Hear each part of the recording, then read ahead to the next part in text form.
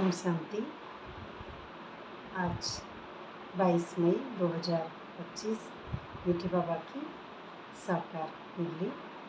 आज मीठी मीठी बाबा कहते, मीठे बच्चे, हाँ जी बाबा, तुम इन आँखों से जो कुछ देखते हो यह सब पुरानी दुनिया की सामग्री है। यह समाप्त होनी है, इसलिए इस दुखधाम को बुद्धि से भूल जाओ। तो ये जो आँखें हैं हमारी, उसके लिए आज बाबा कह रहे हैं। तो ये पुरानी दुनिया में सिर्फ आँखें ही नहीं, बल्कि पूरा हमारा जो देह है वह पूरा ही पुराना है। देह माना देह की यादें, जो भी हमारी देह की यादें हैं, पुरानी दुनिया है, जो सामग्री है, सामग्री यानी जो मन बुद्धि संस्कार में हमने कमाई, जो गंदी अच्छी बुरी पहचानें बना रखी थी हमने अपने तमो रजो जो गुण थे, अवगुण थे, उनसे बना रखी थी, वह सारी ही जो हैं इस हद की बातें उनको भुलानी है। तो ये हद की सारी ही बातें पुरानी दुनिया और सामग्री है, क्योंकि सामग्री हम सबको ही समझ रहे हैं। यहाँ पे घर परिवार बच्चे पद पोजीशन नाम मान शान सारी बातें, और ये सारे जो हमारा ममत्व है इनसे चिपका हुआ रहता है। ये सामग्रियाँ हम समझते हैं हमने कमाई है, तो ये सारी यहाँ की कमाई यहीं छोड़नी है और परमात्मा को याद करके और वापस इसको समाप्त करके हमको नई दुनिया की स्थापना करनी है। उसके लिए बाबा समझा रहे हैं। तो ये समाप्त होनी है यहीं पे, इसलिए इस दुखधाम को बुद्धि से भूल जाओ, क्योंकि ये सारी ही बातें हमको परम अवस्था में ले जाने के लिए बाधा है। परम अवस्था में जाने के लिए हम तभी जाएंगे जब हमारा अपनी स्मृतियों से, पुरानी बातों से, कैरेक्टर से, रोल से सारा हमारा ख़त्म हो जाएगा। पूरा यहाँ की मन बुद्धि संस्कार मर्ज हो जाएंगे, तभी हमारा सतयुगी खाता शुरू होगा। जब तक ये पुराने मर्ज नहीं होंगे तब तक नया इमर्ज नहीं होगा। और आत्माभिमानी स्थिति को प्राप्त करे बिना हम सतयुगी यानी कि राजा या कर्मेंद्रिय जीत अवस्था नहीं बन सकते। अब हम क्या पद है, क्या पोजीशन है, इस बारे में आत्माभिमानी स्थिति में कोई नंबर नाम मान शान यहाँ पे नहीं आता है। यह एक सूक्ष्म अवस्था है, इसी को प्राप्त करनी है, और वो तभी होगा जब हम अपनी पुरानी स्मृतियों को ख़त्म करेंगे। उससे पहले हमारा ये पाठ शुरू नहीं होता है, क्योंकि जब तक हम बंधन में हैं तो बंधन मुक्ति नहीं दिला सकता। तो पहले बंधन को ख़त्म करेंगे। नष्टो मोहा स्मृति लब्धा, तभी हम उस बिंदु स्वरूप स्थिति में टिक पाएंगे, नई स्मृति में। प्रश्न में बाबा कह रहे हैं कि मनुष्यों ने बाप पर कौन सा दोष लगाया है, लेकिन वह दोष किसी का भी नहीं है। कौन सा दोष लगाया है? हम मनुष्य कहते हैं ये भगवान ने किया है, लेकिन ये दोष नहीं है, क्योंकि गीता में भी है कि हम स्वयं ही स्वयं के शत्रु हैं और स्वयं ही स्वयं के मित्र हैं। न हमारा कोई बाहर शत्रु है, न कोई बाहर हमारा मित्र है। हमारे ही जो एक अंदर में जो, ये भी बाबा कहते हैं कि अंदर में जो कनिष्ठ जो बुद्धि है, जो पतित हमारा रोल है, वही हमारा दुख का कारण है। और जब हम खुशी में खुश हो जाते हैं और दुख में दुखी हो जाते हैं, तो ये भी एक पतित हमारा एक मानवीय हद की ही बातें हैं। ये मानव जीवन में हम जब तक रहते हैं मनुष्य मन के वश, तो ये मन ही हमारा पतित है, और इस मन में ही मनमत या किसी की पराई मत चलती रहती है। श्रीमत परमात्मा की हम भूल जाते हैं। उत्तर में बाबा कहते हैं इतना बड़ा जो विनाश होता है मनुष्य समझते हैं भगवान ही कराता है। दुख भी वह देता है, सुख भी वह देता है। यह बहुत बड़ा दोष लगा दिया है। बाप कहते बच्चे मैं सदा सुख दाता हूँ। तो परमात्मा हमें हमेशा सुख दाता है, दुख दाता नहीं है। हम ही हमारे कर्मों के हिसाब से सुख लेते देते आए हैं और हम ही उनको डिलीट करेंगे बाबा की सहायता से। बाकी स्वयंभू परमात्मा कहते हैं कि स्वयंभू हैं तो स्वयं ही हैं। तो इसी बारे में बाबा आज समझा रहे हैं कि मैं किसी को दुख नहीं दे सकता। अगर मैं विनाश कराऊं तो सारा पाप मेरे पर आ जाए। वह तो सब ड्रामा अनुसार होता है, मैं नहीं करता। तो क्योंकि न बाबा राजा ही लेते हैं न बादशाह ही लेते हैं, परमात्मा सिर्फ आत्माओं को श्रीमत अनुसार यही समझाते हैं कि ब्रह्मा बाबा द्वारा कि किस तरह से हम इस फाउंडेशन से स्टार्टिंग करें पवित्रता से, और उसमें सारे ही पवित्रता आ जाते हैं कि जब तक हमारा जो पहले जब तक पुराना मकान ख़त्म नहीं होगा तब तक हमको नया मकान नहीं मिलेगा। पुराना मकान जब जर्जर अवस्था में हो जाता है तब हम सोचते हैं, इस हद की बुद्धि में नया बनाते हैं। तो पुराना फिनिश करना पड़ेगा, तभी हमको सत्यु की महल मिलेंगी और सत्यु की बादशाही मिलेगी। तो सत्यु की मिलेगी वो आगे की बात है, लेकिन यहीं पे अपना विनाश करना है पुराने कैरेक्टर का। देह भान जो हमारा पुराना है, कर्तापन का भान, तो इसी को हमको हटाना पड़ेगा यहाँ से। तभी हम जो अवस्था है कि निरंतर आत्माभिमानी अवस्था, तभी हम उसको पकड़ पाएंगे। तो उसके लिए धनवान भी बनना है। पुराना मकान हम जब गिराएंगे तो नया मकान जब भी बनाएंगे जब हमारे पास धन होगा स्थूल में। लेकिन ये अविनाशी धन की बात करते हैं बाबा कि जब तक हम गरीबी से अमीर में नहीं आ जाएंगे, आत्माभिमानी गरीबी माना काम क्रोध लोभ मोह अहंकार ईर्ष्या द्वेष, पूरा रावण को जब तक नहीं मारेंगे हम गरीबी रहेंगे। और रावण जब अंदर का मर जाएगा तो पुराना विनाश हो गया। उसके बाद में हम धनवान कब बनेंगे? जब ज्ञान आनंद पवित्रता सुख शांति वैभव आटू शक्तियाँ ये धन हमारा प्राप्त होगा हमको, तभी हम सत्यु की बादशाही प्राप्त कर सकेंगे। तो इसके लिए धन भी अविनाशी ही चाहिए। वो स्थूल धन की यहाँ पे बात नहीं करते हैं बाबा। तो स्थूल धन से हमारे सुख सुविधाएं वैभव प्राप्त हो सकते हैं, परंतु आत्माभिमानी स्थिति प्राप्त नहीं हो सकती। ये सारे ही धन को बल्कि भुलाना है कि क्या धन है, क्या पद है, क्या पोजीशन है, मैं कितना धनवान हूँ, कितना निर्धन हूँ, क्या हूँ, ये तो सब कुछ डिलीट करना है। ये हमको सातवें सतयुग में नहीं लेके जाना। स्वच्छ बुद्धि हमको प्राप्त करनी है। तो ये स्वच्छ बुद्धि, कर्तापन का भान, ये सारा कर्तापन का खत्म हो जाएगा, तभी एक अव्यभिचारी जो भक्ति बचेगी वही निरंतर आत्माभिमानी अवस्था को याद करते हैं। तो ये बाबा यही कहते हैं कि आप स्वयंभू हैं, खुद ही अपना पाठ करते हैं और खुद ही अपना डिलीट करते हैं, और हम आत्माएं मन माइंड से एक दूसरे को जन्मों में लेती जाती हैं और पतित बनती जाती हैं, और फिर एक ही बार हम आत्माभिमानी स्थिति को धारण करते हैं संगम पर। एक बार ही हम आत्माभिमानी स्थिति में टिकते हैं और वही हमारी हर 5000 साल तक चलती है। और ये भी है कि प्रकृति समय और आत्मा या परमात्मा दोनों को एक ही बिंदु स्वरूप स्थिति है, इसलिए कि प्रकृति समय ये सब 5000 बाद वापस शूटिंग में वापस आता है। शूटिंग इसकी होती रहती, 5000 बाद फिर शूटिंग होगी। तो ये आत्माभिमानी स्थिति की बात है।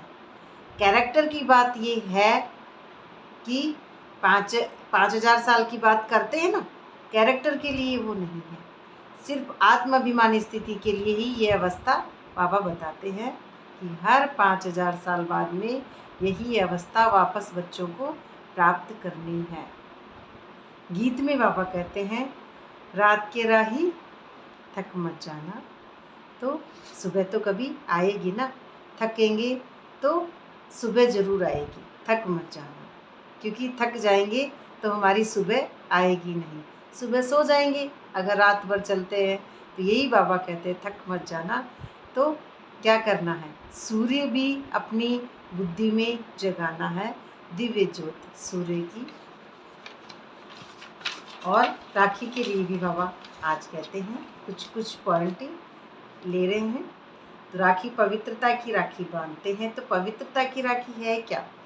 राखी पूर्णिमा की रात दिन को आती है। वैसे पूर्णिमा माना पूरा मांडवा जो सोजरा रहता है पूरा जग जाता है। पूर्णिमा का चांद पूरा पूरा जब बुद्धि में पूर्णिमा का चांद है तभी राखी आती है। राखी भाई बहन की बांधती है।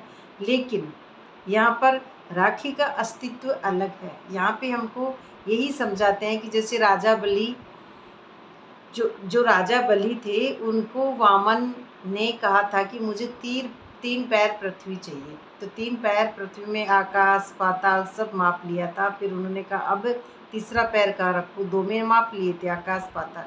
फिर उन्होंने सर पे दूसरा पाँव रखा था, तीसरा वाला पाँव रखा था।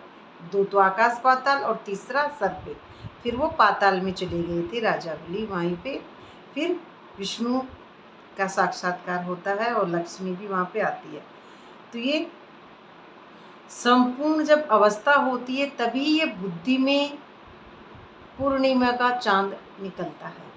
और पूर्णिमा का चांद ही राखी का एक स्तर है। तो इसमें ये पूर्णिमा का चांद है तो ये राखी स्वयं को स्वयं से बांधनी है, किसी और को किसी और से नहीं है। स्वयं ही स्वयं की प्रतिज्ञा हम अंदर करते हैं, कोई और बीच में नहीं आता है इसके अंदर कि कोई बहन या भाई आपस में किसी की बांध रहे हैं। तो ये एक प्रतिज्ञा हमने जो कर रखी है उसको एक बार करना है। और हम क्या करते हैं, हर साल फिर राखी आएगी फिर बंधवा लेंगे, फिर राखी आएगी फिर बंधवा लेंगे। तो ये बार बार क्या हम पतित हो रहे हैं? तभी हम राखी बंधवा रहे हैं। तो बार बार हम उस स्थिति में नहीं टिक रहे हैं। हर साल फिर राखी बंधवा लेते, फिर काम क्रोध लोभ मोह अहंकार कुछ ना कुछ के वश होते ही रहती है हमारी कर्मेंद्रियाँ। और कर्मेंद्रियाँ वश में हो रही हैं, इसका मतलब ये राखी का एंड कभी नहीं होगा। क्योंकि राखी एक बार बनती है पवित्रता की। मम्मा ने जैसे कहती थी, मम्मा एक बार राखी बनती है, बार बार नहीं। तो यही हमारे जो मम्मा का वचन है उसी वचन को बाबा कई बार समझाते हैं। और जैसे ग्रहण भी आते हैं कि दे दान तो छूटे ग्रहण। तो ये सारे दान क्या है? जैसे सूर्य को भी कहते हैं कि सूर्य को केतु लग जाता है तो सूर्य ढक जाता है तो कालापन आएगा। फिर कहते हैं सबको दान दो ग्रहण छूटे, सूर्य का जो थोड़ा अंधेरा वो मिटे। तो दान हमारे विकारों का हमको देना है। हमारी जो अवस्था है जिसमें हम रावण में पूरे डूब चुके हैं, ड्रामा में पूरे एक तरह से हम ड्रामा को अपना चिपका के रखे हैं, उस रबर को छोड़ नहीं रहे हैं, झूठी पतित दुनिया से अपना ममत्व हटा नहीं रहे हैं। तो जब तक वो ममत्व पूरा हटेगा नहीं, जब तक विकार पूरे जलेंगे नहीं, पूरी योग अग्नि से हम हमारे विकार मन मना भाव करके जलाएंगे नहीं, तब तक हमारा ग्रहण नहीं मिटेगा और तब तक हमारी सूर्य की ज्योत भी नहीं जगेगी। और ग्रहण में चंद्र का भी होता है, चंद्र ग्रहण भी कहते हैं। और चंद्र ग्रहण में केतु पकड़ लेता है चंद्र को, तो ये भी है, तभी भी हमारा चांद नहीं और सूर्य भी नहीं, दोनों में ग्रहण लग जाते हैं। और ग्रहण है क्या? अंदर में ही है हमारे ग्रहण। कृष्ण पक्ष अंदर, शुक्ल पक्ष हमारे बॉडी का पार्ट है, ये भी है। सातुवार हमारे बॉडी के पार्ट है। और 15 दिन की जो चंद्र की जो कलाएं कम होती हैं ये भी हमारे बॉडी के अंदर के ही पार्ट है। छोटे बड़े 15 दिन की अवस्था होती है चांद की, जो भी गिरती कला में हम चले जाते हैं तब। और जो 7 द्वीप है वे भी हमारे ही अंदर की बॉडी की पार्ट है। जो प्रकृति है पूरी वह भी हमारे 5 तत्वों का पुतला बना हुआ है। जो भी हमारा जो पुतला होता है 5 तत्वों का, वो कि जल वायु अग्नि आकाश और पृथ्वी और नीर, ये सारे ही हमारे बॉडी के ही पार्ट हैं। प्रकृति है, समुद्र है, तालाब है, जो हमारे जीव जंतुओं के जो कैरेक्टर में जीव जंतु किस तरह से एक दूसरे के दुश्मन हैं, वे भी हमारे ही संकल्प हैं, वे भी हमारी ही प्रकृति, मनुष्यों ने ही हमने बिगाड़ा है। प्रकृति में किस तरह से भूकंप आता है तो हम अंदर में कैसे क्रोध करते हैं, सारी ही प्रकृति हमारे अंदर है। तो उसी को हमको सत्व प्रधान अवस्था में हम अपने आप को जैसे टिकाएंगे तो पूरी प्रकृति को हम जानने लगेंगे। कुछ भी बाहर नहीं, हमारे ही अंदर है, चाहे चंद्र ग्रहण है चाहे सूर्य ग्रहण है। तो दे दान तो छूटे ग्रहण। विकारों का जब दान देंगे तो हम पूरे विकारों का जब दान देंगे तो हमारे जो सूर्य है वह हमारी बुद्धि में निरंतर आत्माभिमानी स्थिति में टिकेगा। तो ये और धारणा के लिए मुख्य पॉइंट में दूसरा वाला पॉइंट है कि माता पिता को फॉलो कर दिल तख्त नसीन बनना है। माता पिता जो दिल तख्त नसीन है वह आत्माभिमानी स्थिति, बुद्धि का तीसरा नेत्र। तो दिल तख्त नसीन ऐसे बच्चे होते हैं। दिन रात सर्विस पर तत्पर रहना है। उसमें दिन रात एक ही होता है, न रात न दिन, ये भी नहीं होता है। आत्माभिमानी स्थिति में सिर्फ दिन ही दिन रहता है, हमेशा अमृत बरसता है, उसके अंदर अमृतों की प्राप्ति हमेशा रहती है। सबको पैगाम देना है कि बाप को याद करो, 5 विकारों का दान दो तो ग्रहण छूटे। सारे ही दान देने हैं।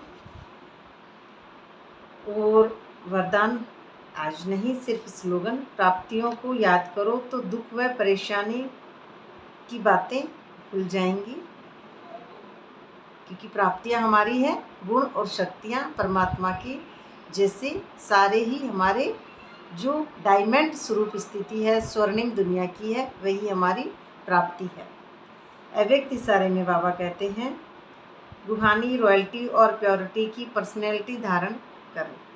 तो श्रेष्ठ कर्मों का फाउंडेशन है पवित्रता। श्रेष्ठ कर्म का फाउंडेशन है पवित्रता, माना न्यारा और प्यारा होना, संपूर्ण अवस्था में टिकना। लेकिन पवित्रता सिर्फ ब्रह्मचर्य नहीं है, यह भी श्रेष्ठ है। लेकिन मन सा संकल्प में भी अगर कोई आत्मा के प्रति विशेष लगाव व झुकाव हो गया, तो किसी आत्मा की विशेषता पर प्रभावित हो गए या उसके प्रति नेगेटिव संकल्प चले, ऐसे बोल या शब्द निकले तो मर्यादा पूर्वक नहीं है। तो ये कैरेक्टर में होगा। तो उसमें क्या होता है कि नेगेटिव बातें, कोई भी संकल्प और गलत बोल निकलते हैं तो वह जब ही निकलते हैं क्योंकि हम सोचते गलत हैं। और जब तक हमारी सोच सही नहीं होगी तब तक हमारे विचार सही नहीं होंगे, और विचार जब तक हमारे सही नहीं होंगे तब तक हमारे चाल चलन कुछ भी सही नहीं होगा।